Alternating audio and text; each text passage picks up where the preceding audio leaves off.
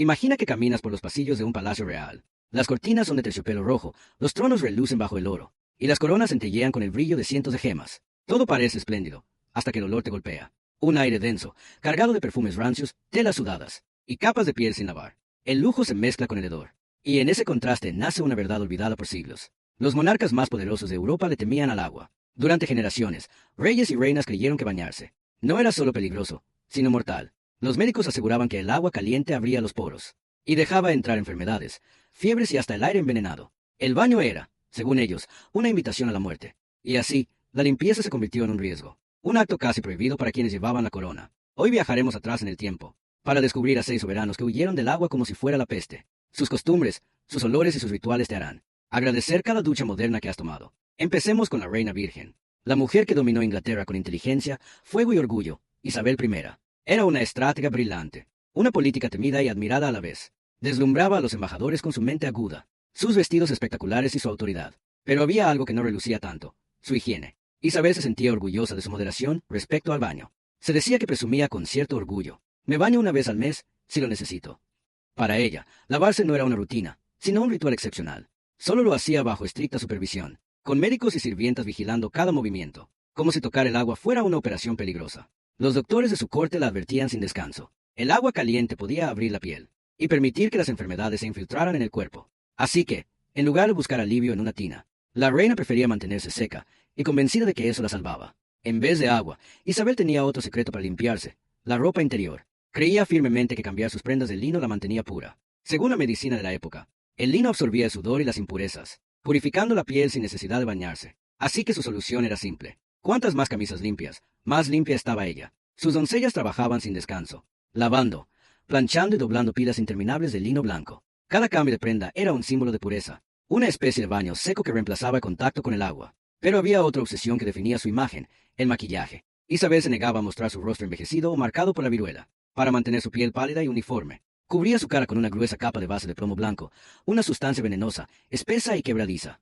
A medida que pasaban los días, la mezcla se agrietaba, dejando pequeñas fisuras en las que el sudor y la suciedad se acumulaban. En lugar de limpiarse, la reina simplemente añadía más capas. Semana tras semana, su rostro se convertía en una máscara, de polvo, grasa y veneno. Debajo de aquella superficie perfecta, se escondían llagas, cicatrices y la piel dañada por los años y el maquillaje. Pero nadie debía verlo. La reina era un símbolo de pureza, y la pureza debía parecer eterna, aunque se ocultara bajo un disfraz de plomo y perfume. Y hablando de perfumes, Isabel los adoraba. Sus aposentos estaban llenos de pequeñas esferas perfumadas, pomanders, bolitas de especias, hierbas y aceites, que colgaban de su cintura o se escondían en los pliegues de sus vestidos. El aire de su cámara estaba tan saturado de aromas dulzones, que quienes la visitaban salían mareados por la mezcla de clavo, canela y sudor. Los cronistas de la época la describen como majestuosa, con sus pelucas rubias, sus joyas y su presencia magnética. Pero curiosamente, nunca mencionan su fragancia. Ninguno escribió que la reina olía bien. Quizás ese silencio diga más que 1000 palabras. En el fondo, Isabel vivía rodeada de un lujo que olía a encierro.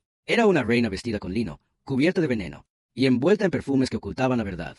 Le temía al agua tanto como la muerte. Su corte, reluciente a los ojos del mundo, escondía un secreto nauseabundo. Bajo el oro y la seda, el hedor reinaba. Y mientras los embajadores alababan su elegancia, el aire del palacio era un recordatorio silencioso de que incluso los más poderosos pueden vivir prisioneros del miedo y de su propio olor. Así comenzaba una era donde la sociedad era símbolo de nobleza, y el baño, una amenaza invisible. Isabel no era la única, ni la primera, en convertir la higiene en un pecado. Pronto, otros reyes seguirían su ejemplo, cubriendo la podredumbre con perfumes, polvo y seda. Y entre todos ellos, uno brilló, literalmente, como el sol. El hombre que construyó Versalles, que convirtió su cuerpo en espectáculo y su corte en teatro. El Rey Sol, Luis XIV. El próximo en nuestra lista de soberanos que vivieron bañados en oro, pero cubiertos de mugre. Después de Isabel I, la siguiente historia brilla con la intensidad del oro, y con el olor de algo mucho menos agradable. Hablamos del hombre que convirtió su cuerpo en un símbolo del poder absoluto, que construyó Versalles, se proclamó a sí mismo el Rey Sol, Luis XIV de Francia. Versalles era un escenario de esplendor, jardines infinitos, espejos que reflejaban la gloria del monarca, y una corte que giraba a su alrededor como planetas ante su sol. Pero detrás del brillo, había mugre, mucha. Se dice que Luis XIV solo se bañó 2 veces en toda su vida. El agua lo aterrorizaba. Estaba convencido de que los baños debilitaban el cuerpo y abrían la puerta a enfermedades mortales. En lugar de agua, su remedio era el perfume. Montañas de perfume, aceites aromáticos, aguas de rosas, esencias de jazmín y almizcle. Cuando el rey entraba en una habitación, su olor llegaba antes que él.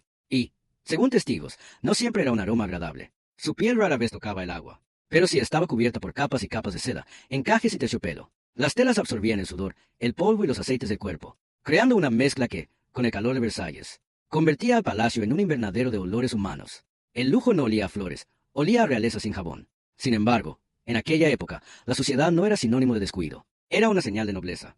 Los campesinos se bañaban en los ríos, los reyes, no. Ellos eran puros por derecho divino, y el agua, según creían, podía contaminarlos. Así, Luis XIV prefería cambiar de camisa 3 veces al día, antes que acercarse a una bañera. Cada prenda limpia era una especie de exorcismo invisible. Y no estaba solo en esta creencia. Otro monarca, esta vez del norte, llevó el miedo al agua al extremo más grotesco, Jacobo de Inglaterra y Escocia. El hombre que unió ambos reinos tenía una filosofía peculiar. Cuanto más sucia la piel, más fuerte el cuerpo. Jacobo O'Dibble Benars dormía con la misma ropa durante semanas, y su cabello, largo y descuidado, se convertía en nido de piojos. Los cortesanos lo veían rascarse constantemente, incluso en medio de reuniones oficiales, dejando caer sobre sus ropas una lluvia de escamas y pulgas. Algunos embajadores contaban horrorizados, cómo el rey olía tan fuerte, que las audiencias con él se volvían un acto de resistencia física. Pero Jacobo lo justificaba con argumentos científicos.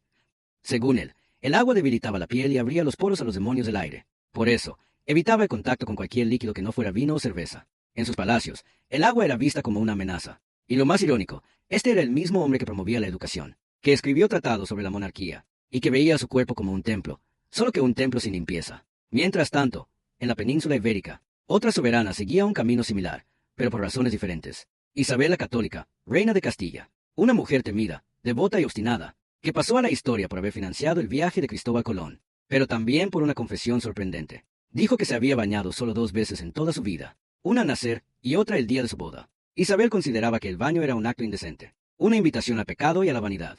En su mente profundamente religiosa, el cuerpo debía mantenerse cubierto y castigado, no mimado. En lugar de agua, recurría a aceites perfumados, a oraciones y a cambios de ropa. Para ella, la pureza espiritual era más importante que la limpieza física. El problema era que esa devoción trajo consecuencias. Los cronistas relatan que los aposentos de la reina desprendían un olor fuerte, mezcla de incienso y carne sin lavar. Sus damas, siguiendo su ejemplo, también evitaban el baño, creando una corte que olía más a monasterio cerrado que a palacio real. En aquellos tiempos, la peste, el tifus y la fiebre eran constantes, y se creía que el agua abría el cuerpo a esos males invisibles. Así que, en su intento por conservar la santidad, Isabel y sus cortesanos vivían rodeados de una insalubridad disfrazada de fe. La nobleza europea compartía la misma lógica. En toda Europa, desde Londres hasta Madrid, el perfume reemplazaba al jabón, y los médicos repetían que el agua debilitaba los espíritus.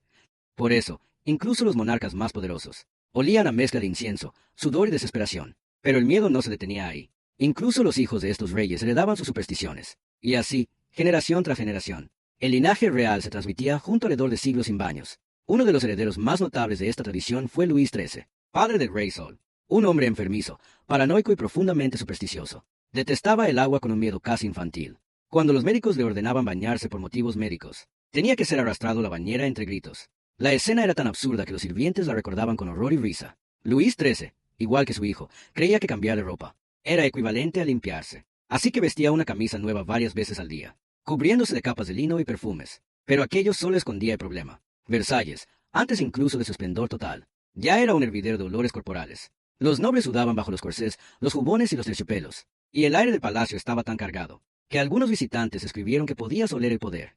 El resultado era un mundo donde la suciedad se volvió invisible, camuflada entre encajes, oraciones y oro. Reyes que creían dominar al mundo, pero que eran esclavos del miedo al agua. Y mientras la historia seguía su curso, entre perfumes, pelucas y supersticiones, una reina elevaría el arte de oler bien sin estar limpia, a su máxima expresión. Una mujer tan recordada por su elegancia como por su tragedia. María Antonieta, la reina que convirtió el perfume en su armadura. Cuando pensamos en María Antonieta, nos imaginamos una reina rodeada de diamantes, de peinados imposibles y fiestas interminables en Versalles. Su imagen quedó inmortalizada entre luces, risas y copas de champaña. Pero detrás del brillo, había una verdad menos encantadora. La reina de la elegancia no era tan limpia como parece. Versalles contaba con salas de baño, sí. Incluso María tenía su propia bañera privada. Algo poco común en su tiempo. Sin embargo, apenas la utilizaba. Desde pequeña, había sido educada con la idea de que bañarse con frecuencia debilitaba el cuerpo y atraía enfermedades. Los médicos le advertían que el agua caliente abría los poros al aire corrupto. Así que, por precaución, la reina prefería mantenerse seca. En lugar de un baño real, María practicaba el llamado baño seco. Sus doncellas la frotaban con paños empapados en alcohol o vinagre, convencidas de que eso bastaba para purificar la piel. Después, le colocaban capas y capas de lino limpio, como si la tela pudiera absorber los pecados del cuerpo. Era la versión aristocrática de la higiene sin agua. Y, por supuesto, el perfume era su escudo. María Antonieta vivía rodeada de fragancias. Rosas, naranjos, lavanda, almizcle, jazmín. Los perfumistas de París competían por crearle nuevas esencias. Y la reina gastaba fortunas en frascos tallados a mano. Su olor se convirtió en parte de su leyenda. Pero bajo ese velo aromático, el cuerpo real sufría. El maquillaje también era una máscara. Su rostro estaba cubierto por polvo blanco, colorete rojo y grasa perfumada. La combinación provocaba irritaciones, manchas y llagas, que se escondían bajo nuevas capas de cosmético venenoso. Era una batalla diaria entre la vanidad y la podredumbre. Sus vestidos, aunque espectaculares, eran trampas de seda. Llevaba corsés tan apretados que apenas podía respirar. Y varias capas de ropa que absorbían el sudor, sin que el aire llegara jamás a su piel. En el calor de Versalles, los cuerpos de la corte se convertían en hornos aromáticos. El olor era tan intenso que los sirvientes solían abrir las ventanas, a escondidas para no desmayarse. Los cronistas cuentan que María Antonieta amaba tanto los perfumes que mandó crear uno distinto, para cada hora del día. Uno para la mañana, otro para las comidas, otro para el anochecer. El aire a su alrededor era una nube constante de aromas dulces, pero también de falsedad. Era el perfume de una ilusión. Una reina limpia, que en realidad no lo estaba. Y así, el palacio más lujoso del mundo olía a humanidad encerrada, a sudor escondido bajo seda, a flores marchitas mezcladas con polvo y miedo. Cuando llegó la Revolución Francesa, los mismos que la acusaban de derrochar mientras el pueblo pasaba hambre, no sabían que la reina también vivía atrapada, en un mundo sin agua, sin aire, sin verdad. Cuando los revolucionarios tomaron Versalles, descubrieron un palacio bello a los ojos, pero saturado de hedor. Los pasillos estaban impregnados de olores rancios, los muebles, cubiertos de grasa humana y perfume añejo. Y el destino le reservó a María Antonieta una ironía cruel. En prisión, despojada de sus lujos. Ya no tenía ni perfume, ni lino, ni sirvientas. Solo celdas húmedas, suciedad y silencio. Por primera vez en su vida, la reina olía mal. No por miedo al agua, sino porque ya no tenía otra opción. Su caída fue total. De los jardines perfumados de Versalles, a la podredumbre de una celda sin ventilación. Cuando finalmente fue llevada a la guillotina, el pueblo la veía como símbolo del exceso. Pero, en el fondo, había algo profundamente humano en su historia. Una mujer que había vivido entre máscaras, literalmente cubriendo su piel con polvo y mentiras, hasta que el tiempo se las arrancó una por una. Niebla el hedor del poder. Si miramos atrás, la ironía de la historia es casi imposible de ignorar. Los hombres y mujeres más poderosos del mundo, los que dictaban leyes, levantaban palacios y decidían guerras, le temían a lo más simple, al agua. No era solo un hábito, era una creencia. Pensaban que el agua podía matar, que bañarse era invitar a la enfermedad o al pecado. Sus médicos los asustaban, sus sacerdotes los reprendían, y sus tradiciones reforzaban ese miedo. Así, el poder se perfumaba para ocultar la podredumbre. Las capas de maquillaje, las montañas de lino y las nubes de incienso eran armaduras invisibles. Cada corte europeo tenía su propio olor, una mezcla de nobleza y decadencia. Imagina caminar por los pasillos de Versalles o del Palacio de Viteal. Luces doradas, mármoles brillantes, cortinas de seda, y un aire tan espeso que podrías cortarlo con un cuchillo. El perfume era omnipresente, pero no bastaba. Bajo el polvo y el oro, los cuerpos reales se descomponían lentamente. Y lo más fascinante es que ellos no lo veían como algo malo. Creían que la suciedad los protegía, que los diferenciaba del pueblo. El agua era para los pobres, el perfume, para los reyes. Era una frontera invisible entre clases. Una forma de decir, no somos como ustedes. Hoy, siglos después, esa idea nos resulta absurda. Pero también revela algo esencial sobre el poder humano. Que incluso los más grandes pueden vivir prisioneros de sus creencias.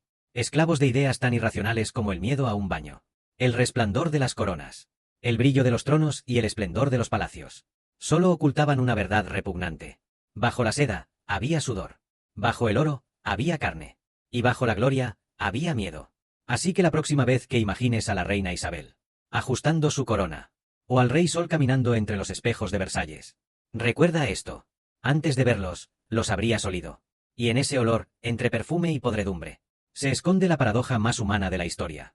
Los reyes que gobernaron al mundo eran incapaces de enfrentarse al agua.